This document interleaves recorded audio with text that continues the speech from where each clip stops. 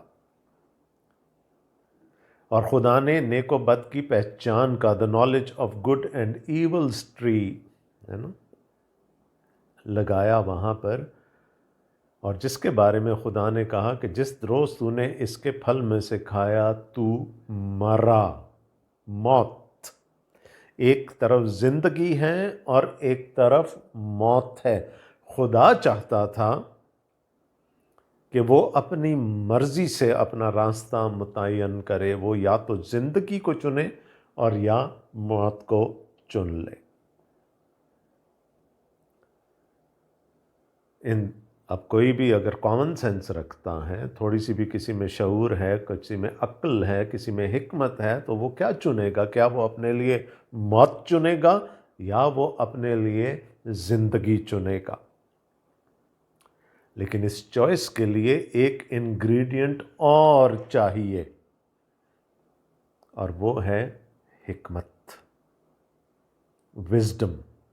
میں نے پچھلی بائبل سٹڈی میں آپ کو بتایا تھا کہ خدا نے انسان کو انٹیلیکٹ دیا، خدا نے انسان کو انٹیلیجنس عطا کی، اس نے سب چیزوں کے نام رکھے، اس نے جس کو جو پکارا وہ اسی نام سے کہلایا، حتیٰ کہ اس نے اس عورت کو جو خدا اس کی جسم میں سے، اس کی پسلیوں میں سے نکال کر لایا تھا، ناری کہا۔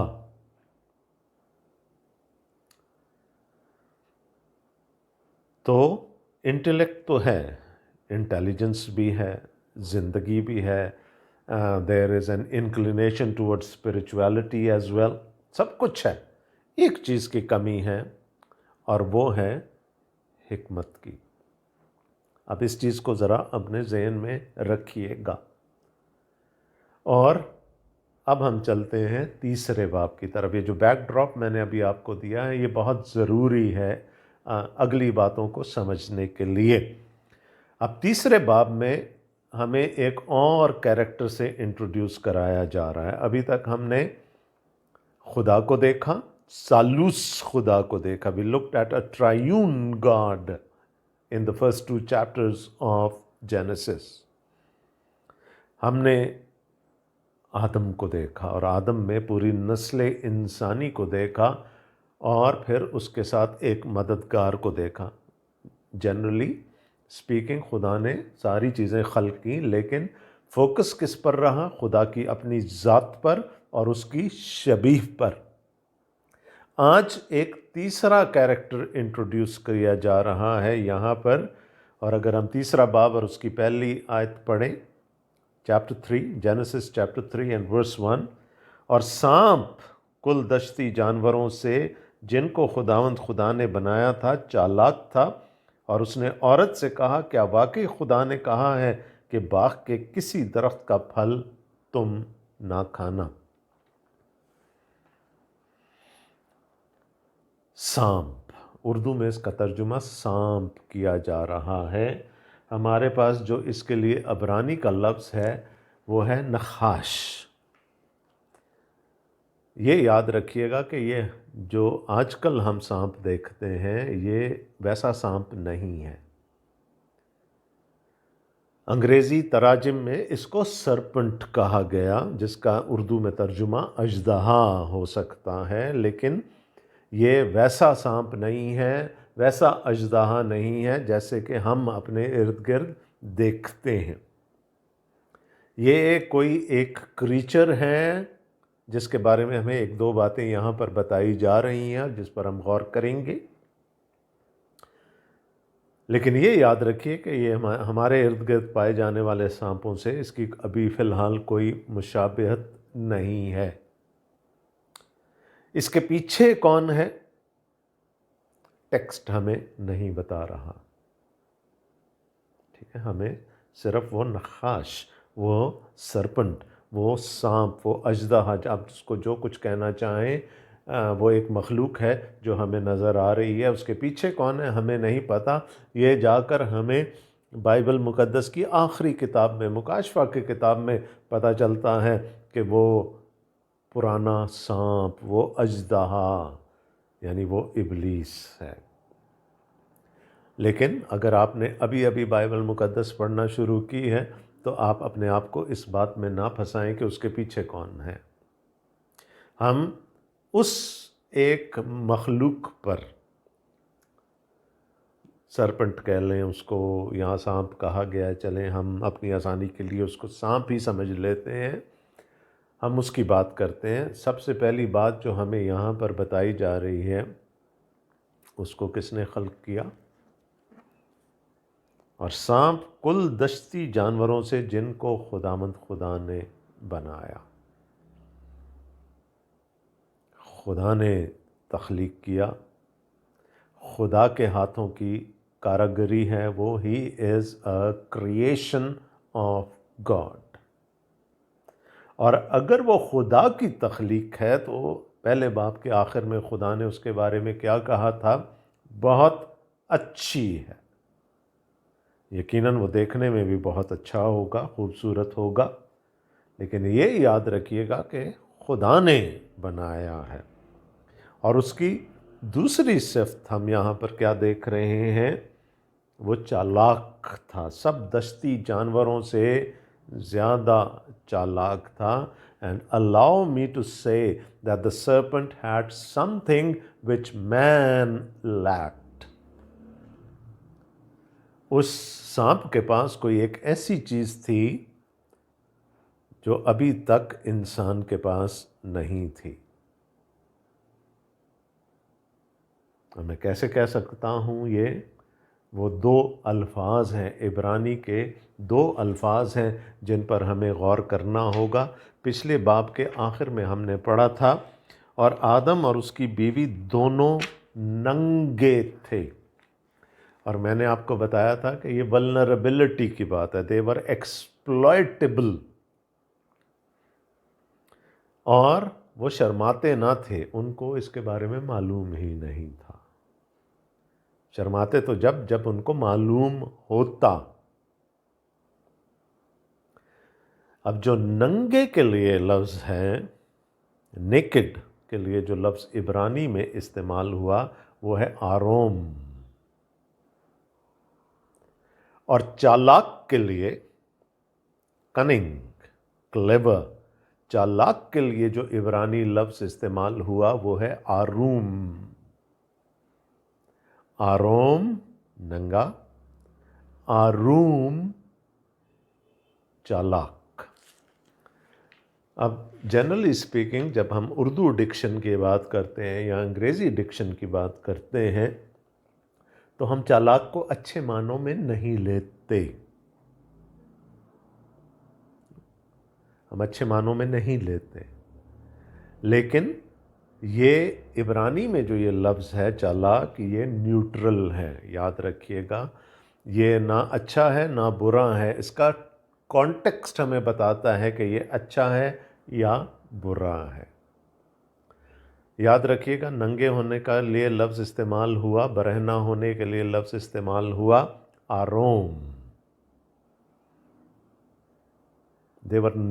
اس کا اگر میں انگریزی میں ایک اچھا ترجمہ کرنا چاہوں تو وہ ہے نائیو، اگنورنٹ۔ میں نے آپ کو بتایا تھا کہ آزاد مرضی کے ساتھ اچھا فیصلہ کرنے کے لیے حکمت چاہیے۔ تو یہ جو لفظ آروم ہے جس کو چالاک یہاں پر استعمال کیا گیا، اسی کو امثال کی کتاب کہتی ہے حکمت۔ تو اس سانپ کے پاس حکمت تھی۔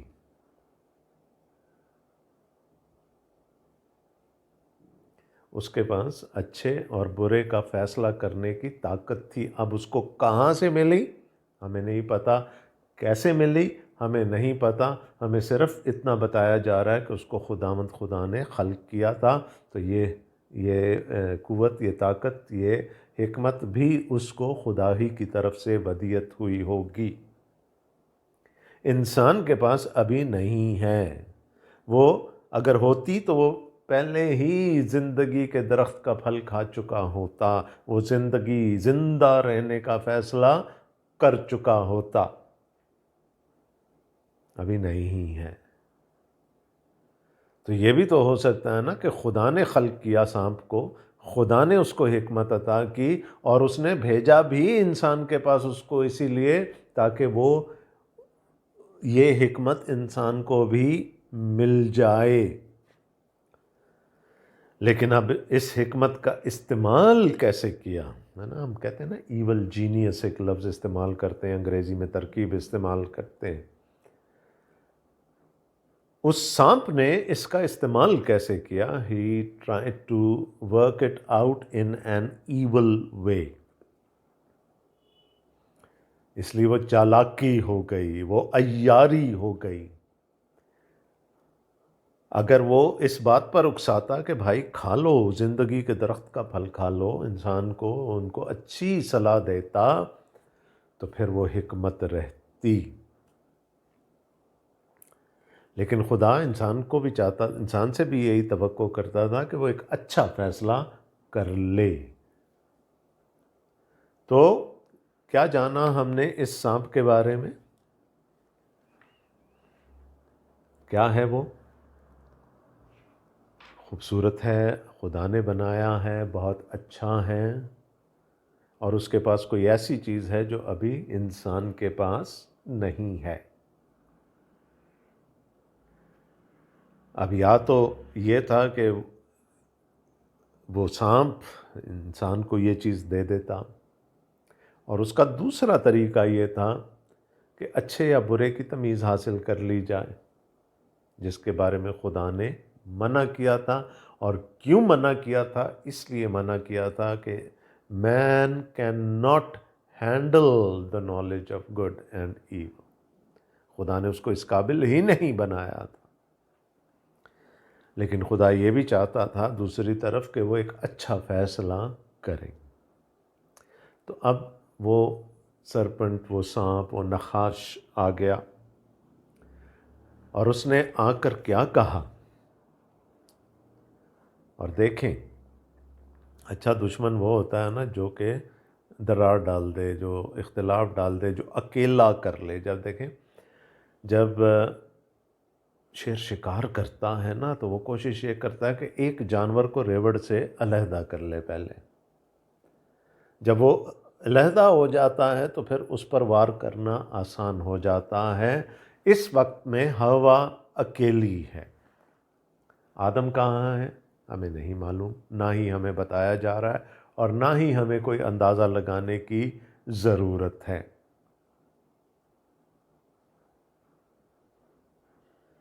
سانپ نے وہی کیا، اس نے حوا کو اکیلے دیکھ کر اس کے ذہن میں شک ڈالنے کی کوشش کی، اور کیا کہا؟ کیا واقعی خدا نے کہا ہے کہ باغ کے کسی درخت کا پھل تم نہ کھانا؟ اب خدا نے صرف ایک درخت کا پھل کھانے سے منع کیا ہے، لیکن یہاں پر کیا ہو گیا؟ ابلیس یہ شک ڈالنے کی کوشش کر رہا ہے کہ خدا نے تو کہا تھا کہ کسی بھی درخت کا پھل تم نہ کھانا، اور آج بھی ابلیس یہی کرتا ہے۔ بہت ساری باتیں ایسی ہیں جن کو خدا نے، جن کی اجازت دے رکھی ہے، لیکن ابلیس ذہن میں شک ڈالتا ہے۔ ایک چھوٹی سی مثال ہے، آج کل اس بات پر بڑی ڈیبیٹ ہوتی ہے، اور لوگ پوچھتے ہیں، مجھ تک بھی یہ سوال پہنچتے ہیں کہ جی ہمیں شادیوں میں گانا بجانا چاہیے، ہمیں ہنسنا گانا چاہیے، ہمیں اونچی آواز میں ہنس لینا چاہیے کہ نہیں، کیونکہ بہت سارے لوگ ایسے ہیں جن میں خدا کے مستند خادمین بھی ہیں جو کہ لوگوں کو ان چیزوں سے منع کرتے ہیں۔ کون سا ایسا خدا ہے جو مجھے خوش ہونے سے روکے گا؟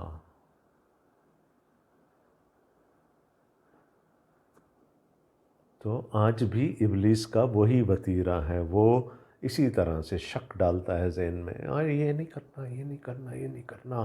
یہ خدا نے اس چیز کی ممانعت کر رکھی، اگرچہ کہ خدا کی طرف سے اس کی کوئی ممانعت نہیں ہوتی۔ ایک یہودی کے ذہن میں تو کبھی یہ شک نہیں آیا، وہ تو اپنے تہواروں پر بھی ناچتے ہیں، گاتے ہیں، خدا کی حمد بھی کرتے ہیں، وہ اپنی شادیوں میں بھی ناچتے ہیں، گاتے ہیں، خدا کی حمد کرتے ہیں، تعریف کرتے ہیں، وہ اپنی ورشپ میں آزاد ہو کر ورشپ کرتے ہیں، ان کے ذہن میں تو یہ شک نہیں آتا۔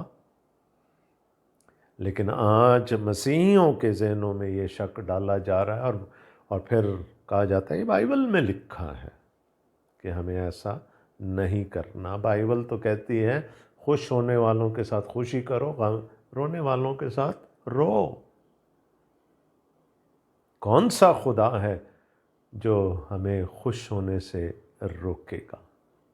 کون سا خدا ہے کہ جو مجھے اپنی خوشی کا اظہار کرنے سے روکے گا؟ اور یہاں پر بھی اس نے یہی کیا، ہاں میں نے سنا ہے کہ خدا نے تم پر اتنی بڑی پابندی لگا کر رکھی ہے کہ تم باغ کے کسی درخت کا پھل نہیں کھا سکتے۔ اب عورت کا جواب سنیے گا۔ عورت نے سانپ سے کہا کہ باغ کے درختوں کا پھل تو ہم کھاتے ہیں، پر جو درخت باغ کے بیچ میں ہے اس کے پھل کی بابت خدا نے کہا ہے کہ تم نہ تو اسے کھانا اور نہ چھونا ورنہ مر جاؤ گے۔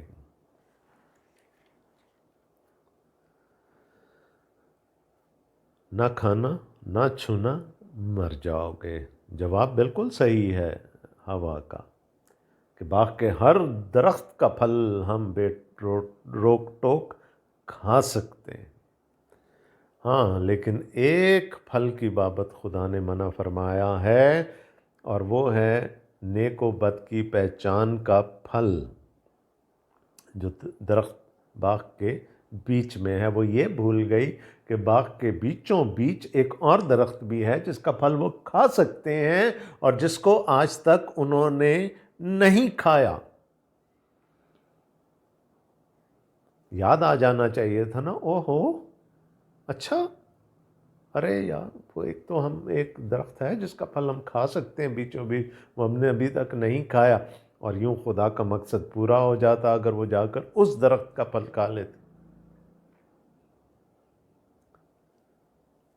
تو جو بیچوں بیچ ہے اس کا پھل ہم نہ تو اس کو چھو سکتے ہیں نہ کھا سکتے ہیں۔ اب یہاں پر اضافت ہو گئی خدا کے کلام میں، Eve added to the word of God.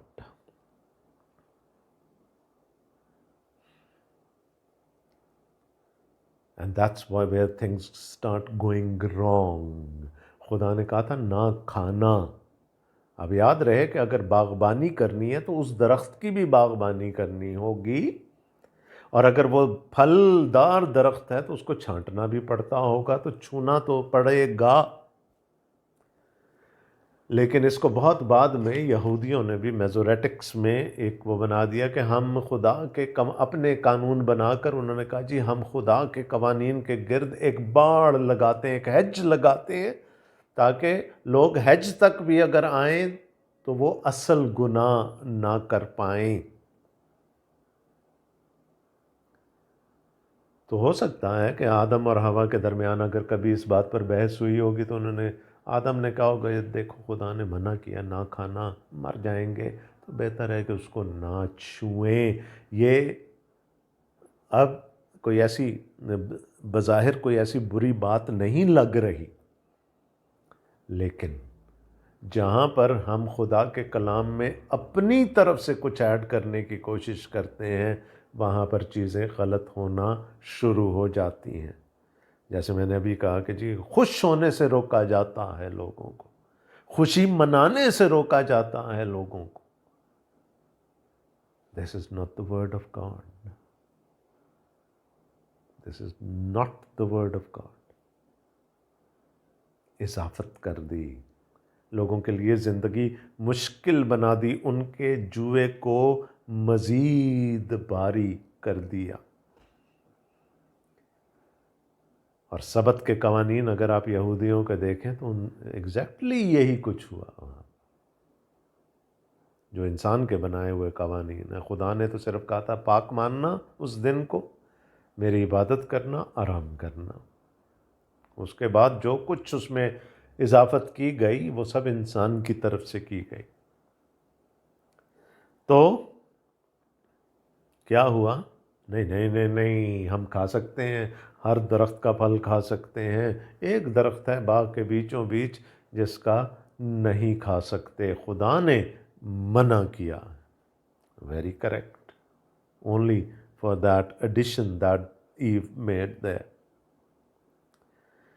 تب سانپ نے عورت سے کہا کہ تم ہرگز نہ مرو گے۔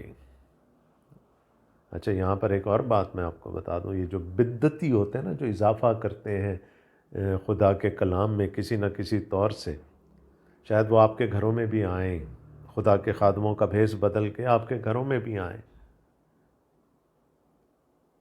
تو آپ اکثر ان کے جھانسوں میں بھی آ جاتے ہیں کیونکہ وہ خدا کے کلام کو کوٹ کر رہے ہوتے ہیں۔ اچھا، یہاں پر اب کیا تھا؟ ذہن میں شک آ گیا نا حوا کے، تو بجائے اس کے کہ وہ چیزوں کو اپنے ہاتھ میں لیتی، وہ اس کے پاس جاتی جس کی پسلی سے نکالی گئی تھی، جس کو خدا نے لیڈرشپ کا رول دیا تھا کہ ٹھہر جا بھائی، تو جو کچھ کہہ رہا ہے یہ ٹھیک ہے، لیکن میں ذرا جاتی ہوں اپنے میاں سے پوچھ لوں کہ یہ ہمیں کھانا روا ہے یا نہیں، یا خدا سے پوچھا جا سکتا تھا کیونکہ قانون تو اس نے بنایا تھا نا۔ اور کیا کہہ رہا ہے؟ تم ہرگز نہ مرو گے۔ خدا نے کہا مر جاؤ گے، ابلیس کہہ رہا ہے تم ہرگز نہ مرو گے۔ سوری، میں نے ابلیس کہہ دیا، سانپ کہہ رہا، ابھی ہمیں نہیں پتا کہ پیچھے کون ہے۔ وہ کہہ رہا تم ہرگز نہ مرو گے، تو ہونا تو یہ چاہیے تھا کہ they should have gone to the source. She should have gone to the source. خدا کے پاس جاتے کہ جی اس طرح سے ہمیں کہا جا رہا ہے، اب ہم تیری مانیں یا اس کی مانیں؟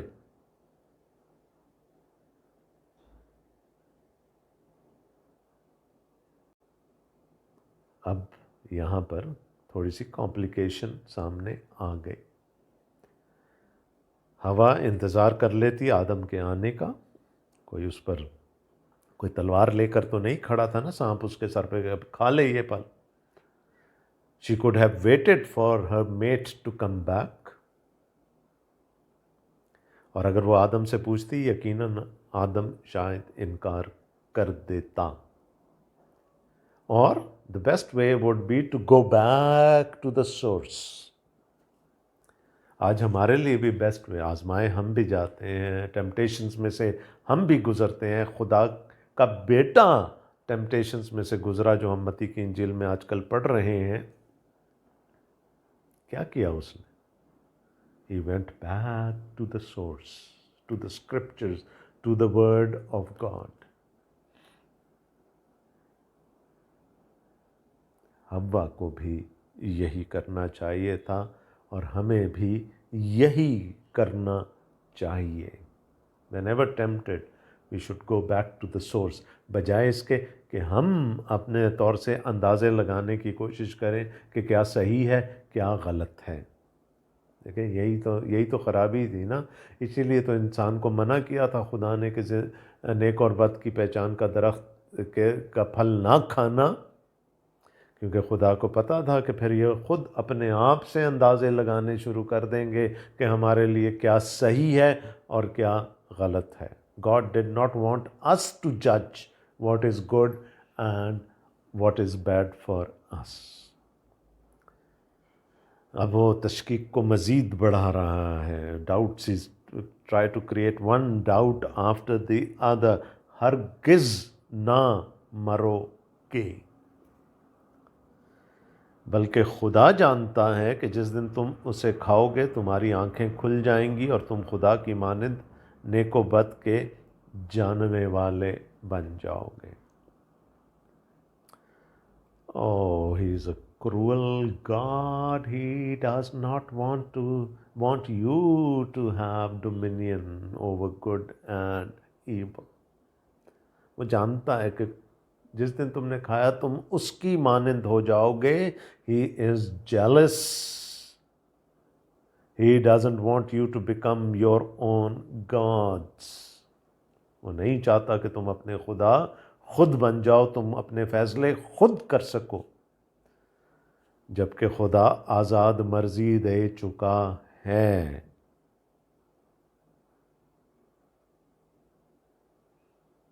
خدا نہیں چاہتا, وہی بات, خدا نہیں چاہتا کہ آپ خوشی منائیں, خدا نہیں چاہتا کہ آپ ہنسیں, خدا نہیں چاہتا کہ آپ مل کر خوشی منائیں.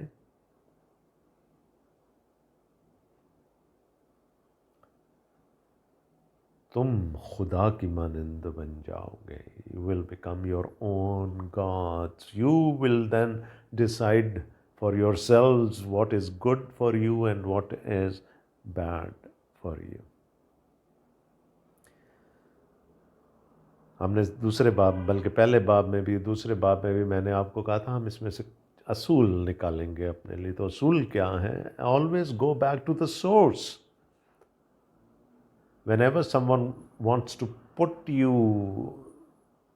on the spot, آپ کے ذہن میں تشکیک پیدا کرے, go back to the source. کوئی بدعتی آپ کا دروازہ کھٹکھٹا لے اور آپ کو اپنی باتوں میں جو کلام سے الجھانے کی کوشش کرے, تو go back to the source. کہ وہاں کیا لکھا ہے, خدا کی مرضی کیا ہے. اب دیکھیں کیا ہوا 6 آیت میں.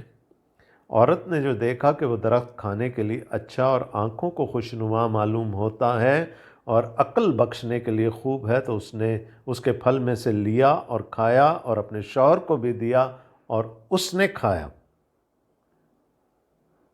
رائٹ. 2 چیزیں ہیں یہاں پر جن پر ہمیں دھیان دینے کی ضرورت ہے. پہلی چیز, اس نے اپنی آنکھوں کے مطابق فیصلہ کیا. She let her eyes decide for her. بہت دفعہ ہم بھی اپنی آنکھوں کے مطابق, جو چیز ہمیں ہماری آنکھوں کو اچھی لگتی ہے, جو چیز ہماری آنکھوں کو خیرہ کر دیتی ہے, ہم اس کے مطابق فیصلہ کرتے ہیں.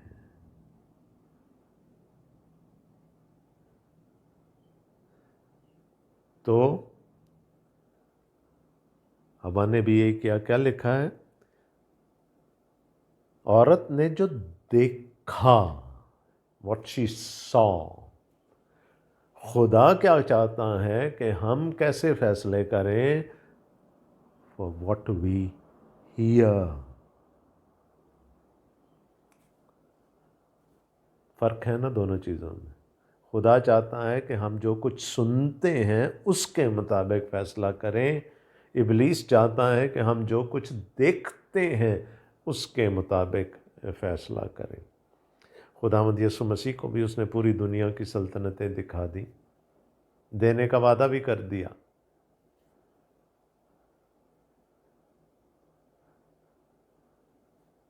یسوع مسیح نے کہا نہیں, لکھا ہے.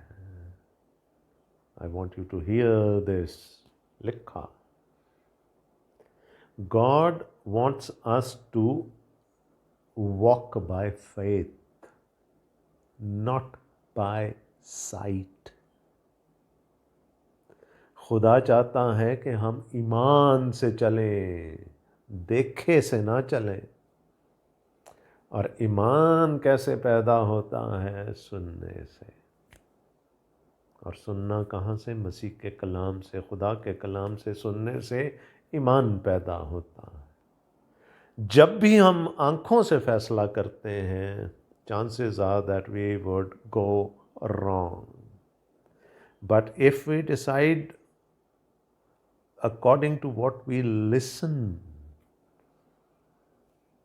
our decisions are going to be correct. آنکھوں دیکھے سے جب فیصلہ ہوتا ہے غلط ہو سکتا ہے، لیکن خدا کے کلام کو سننے کے بعد جو فیصلہ ہوگا وہ ہمیشہ صحیح ہوگا۔ اس نے دیکھا، اس کو خدا کے پاس جانا چاہیے تھا، اس کو اپنے شوہر کے پاس جانا چاہیے تھا، ان کی سننی چاہیے تھی۔ اس نے دیکھا اور فیصلہ کر لیا، اور کیا ہے؟ خوبصورت ہے، اس کا پھل بڑا خوبصورت ہے۔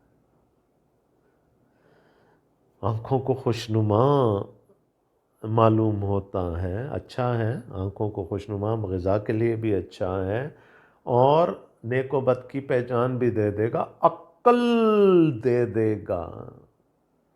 یہ کمی تھی نا حکمت کی، تو بجائے اس کے کہ خدا سے مانگتے، ادھر سے لے لو۔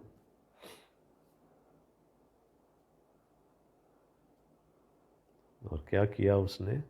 پھل سے لیا اور کھایا، اور بائی دا ٹائم شاید یہ جو کارروائی مکمل ہو گئی تو اس کا شوہر بھی پہنچ گیا، اور اس کے شوہر نے دیکھا اچھا اس نے کھا لیا اور یہ مری نہیں، تو پھر ٹھیک ہے میں بھی کھا سکتا ہوں، کیونکہ خدا نے تو کہا تھا جس روز تو نے کھایا تو مرا۔ انہوں نے کہا نہیں یہ تو نہیں مری، میں بھی کھا لیتا ہوں۔ اس نے بھی دیکھا اور فیصلہ کر لیا اور کھا لیا، اور تب کیا ہوا؟ تب دونوں کی آنکھیں کھل گئیں۔ پہلے کیا تھا؟ ننگے تھے، آروم تھے، شرماتے نہیں تھے، کیونکہ ان کو اس ننگے پن کا احساس نہیں تھا۔ اب کیا ہوا؟ آنکھیں کھل گئیں۔ اب ان کو پتہ چل گیا کہ they are naked in the sight of God۔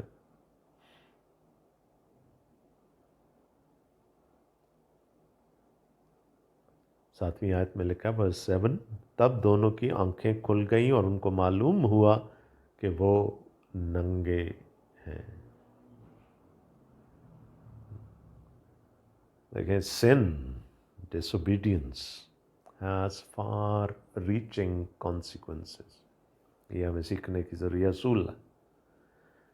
گناہ کے نتائج بڑے دور رس ہوتے ہیں، ہوں گے ضرور، نتائج ہوں گے ضرور۔ جب بھی ہم گناہ کرتے ہیں we should remember that there will be consequences and there will be far reaching consequences۔ They were naked and they were ashamed۔ Sin leads to shame۔ گناہ شرمندہ کرتا ہے، گلٹی بناتا ہے۔ جب بھی ہم گناہ کرتے ہیں we become guilty۔ اور انہوں نے انجیر کے پتوں کو سی کر اپنے لیے لنگیاں بنائی۔ اب ننگے تو ہو گئے ہیں، اب اپنے ننگے پن کو چھپانا ہے۔ دیکھیں وہ ابلیس تو اپنا کام کر کے سائڈ پہ ہو گیا۔ اب عذاب کس پہ آیا؟ آدم اور حوا پہ۔ سب سے پہلے کیا ہوا؟ گلٹ سٹرک دم، احساس گناہ نے ان کو آ گھیرا کر لیا، کچھ تو غلط ہو گیا۔ اب چھپانا ہے اپنے آپ کو، تو لکھا ہے انہوں نے انجیر کے درخت کے پتوں سے اپنے لیے لنگیاں بنائیں۔ خدا نے سینکڑوں قسم کے درخت بنائے، کسی ایک کا نام ہمیں ابھی تک نہیں پتہ لگا، سوائے نیک و بد کی پہچان کا درخت اور زندگی کا درخت۔ ان دو کو چھوڑ کر ابھی تک کسی اور درخت کا نام ہمارے سامنے نہیں آیا۔ یہ وہ پہلا درخت ہے جس کا نام ہمارے سامنے آیا، اور وہ کون ہے؟ انجیر کا درخت۔ اور یاد رکھیے گا کہ انجیر کا درخت نشان بن گیا، سمبل بن گیا قوم بنی اسرائیل کا۔ یہاں پر آدم اور حوا نے اپنا ننگا پن اس انجیر کے درخت کے پتوں سے چھپانا چاہا، اور خدا نے قوم بنی اسرائیل کو مقرر کیا کہ وہ جو کچھ ان کے پاس ہے، خدا کی نجات، خدا کی بخشش، خدا کی مخلصی، خدا کی شریعت، اس کے وسیلے سے دوسری قوموں کا ننگا پن ڈھانپ سکیں۔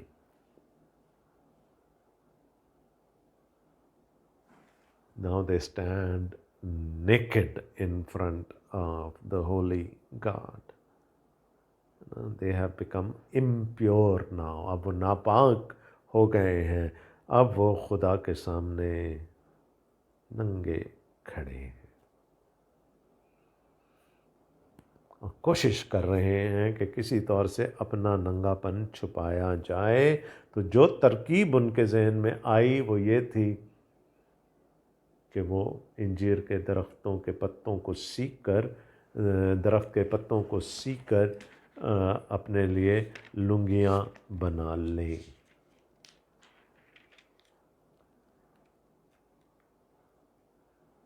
اور 8ویں آیت میں کیا ہوا؟ اور انہوں نے خداوند خدا کی آواز جو ٹھنڈے وقت باغ میں پھرتا تھا سنی، اور آدم اور اس کی بیوی نے اپنے آپ کو خداوند خدا کے حضور سے باغ کے درختوں میں چھپایا۔ تب خداوند خدا نے آدم کو پکارا اور اس سے کہا، تو کہاں ہے؟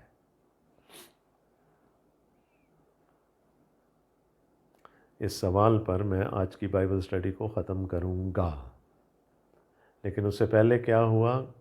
گناہ ہو گیا، احساس گناہ جاگ گیا۔ Sin happened, guilt was aroused۔ اب جو گلٹی ہے وہ چھپتا ہے، وہ آنکھ نہیں ملا سکتا۔ جس کے دل میں چور ہوگا وہ آنکھیں نہیں ملا سکتا، چھپنے کی کوشش کی۔ خدا اپنے معمول کے مطابق ان سے ملنے کے لیے آیا،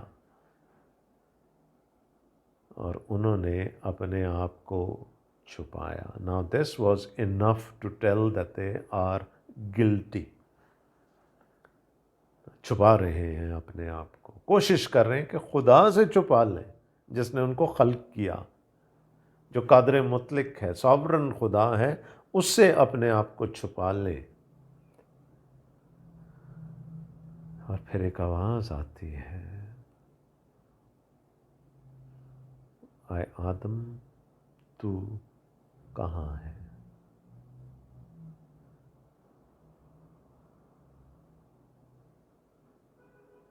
اور یہ آواز آج بھی کائنات میں گونج رہی ہے اس آدم کی اولاد کے لیے، اس نسل انسانی کے لیے۔ اے آدم تو کہاں ہے؟ یہ سوال ہے آج میرے لیے بھی اور آپ کے لیے بھی۔ مجھے جواب نہیں دینا آپ نے، نہ میں نے آپ کو جواب دینا ہے، ہمیں خدا کو جواب۔ کیا ہم خدا کا سامنا کرنے کے لیے تیار ہیں؟